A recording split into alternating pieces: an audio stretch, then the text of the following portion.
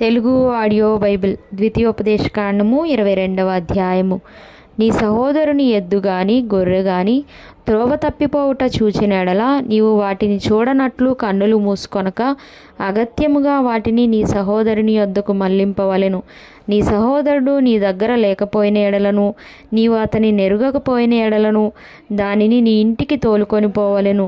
నీ సహోదరుడు దాని వెదక వచ్చు వరకు అది నీ యొద్దనుండవలెను. అప్పుడు అతనికి దాని మరలా అప్పగింపవలెను. అతని గాడిదను గూర్చియు వస్త్రమును గూర్చియు నీవు అలాగుననే చేయవలెను. నీ సహోదరుడు పోగొట్టుకున్నది ఏదైనాను నీకు దొరికిన ఎడల అతడు పోగొట్టుకున్న దాన్ని గూర్చి అలాగుననే చేయవలెను. నీవు దానిని చూచి చూడనట్టుగా ఉండకూడదు. నీ సహోదరుని గాడిద గాని ఎద్దు గాని త్రోవలో పడి ఉండుట నీవు చూచిన ఎడల వాటిని చూడనట్లు కన్నులు మూసుకొనక వాటిని లేవనెత్తుటకు అగత్యముగా సహాయము చేయవలెను. స్త్రీ పురుష వేషము వేసుకొనకూడదు, పురుషుడు స్త్రీ వేషమును ధరింపకూడదు. అలాగు చేయువారందరూ నీ దేవుడైన యెహోవాకు హేయులు.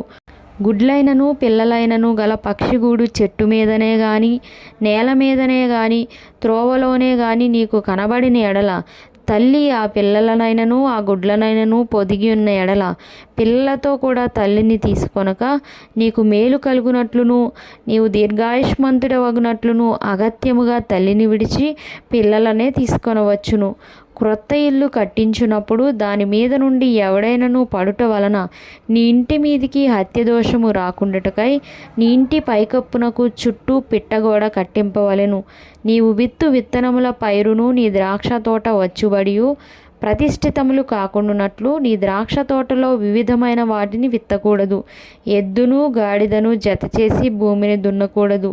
ఉన్నియు జనుపనారయు కలిపి నేసిన బట్టను వేసుకొనకూడదు. నీవు కప్పుకొను నీ బట్ట 4 చెంగులకు అల్లికలను చేసుకొనవలెను. ఒకడు స్త్రీని పెళ్లి చేసుకొని ఆమెను కూడిన తరువాత ఆమెను వల్లక ఆమె మీద అవమాన క్రియలు మోపి ఆమె చెడ్డదని ప్రచురపరిచి ఈ స్త్రీని నేను పరిగ్రహించి ఈమె దగ్గరకు వచ్చినప్పుడు ఈమె యందు కన్యాత్వము నాకు కనబడలేదని చెప్పిన ఎడల ఆ చిన్నదాని తల్లిదండ్రులు ద్వారమందున్న ఊరి పెద్దల యొద్దకు ఆ చిన్నదాని కన్యాత్వ లక్షణములను తీసుకొని రావలెను. అప్పుడు ఆ చిన్నదాని తండ్రి, నా కుమార్తెను ఈ మనుషునికి పెళ్లి చేయగా ఇదిగో ఇతడీమె నొల్లక నీ కుమార్తె యందు కన్యాత్వము నాకు కనబడలేదనియు అవమాన క్రియలు చేసినదనియు ఆమె మీద నింద మోపెను. అయితే నా కుమార్తె కన్యాత్వమునకు గుర్తులివే అని పెద్దలతో చెప్పి పట్టణపు పెద్దల ఎదుట ఆ బట్టను పరచవలెను.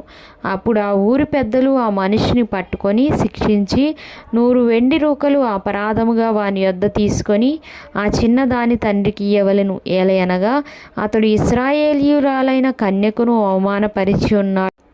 అప్పుడు ఆమె అతనికి భార్య అయి ఉండును.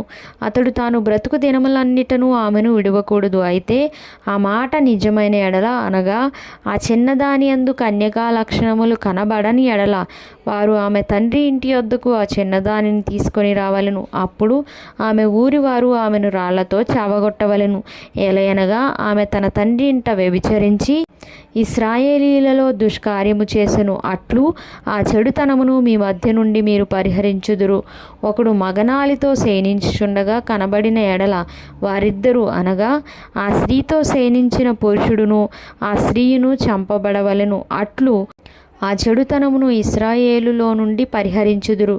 కన్యక అయిన చిన్నది ప్రదానము చేయబడిన తరువాత ఒకడు ఊరిలో ఆమెను కలుసుకొని ఆమెతో శయనించిన ఎడల ఆ ఊరి గవుని యొద్దకు వారిద్దరిని తీసుకొని వచ్చి ఆ చిన్నది ఊరిలో కేకలు వేయకయున్నందున ఆమెను తన పొరుగువారి భార్యను అవమానపరిచినందున ఆ మనుష్యుని రాళ్లతో చావగొట్టవలెను. అట్లు ఆ చెడుతనమును మీలో నుండి పరిహరించుదురు.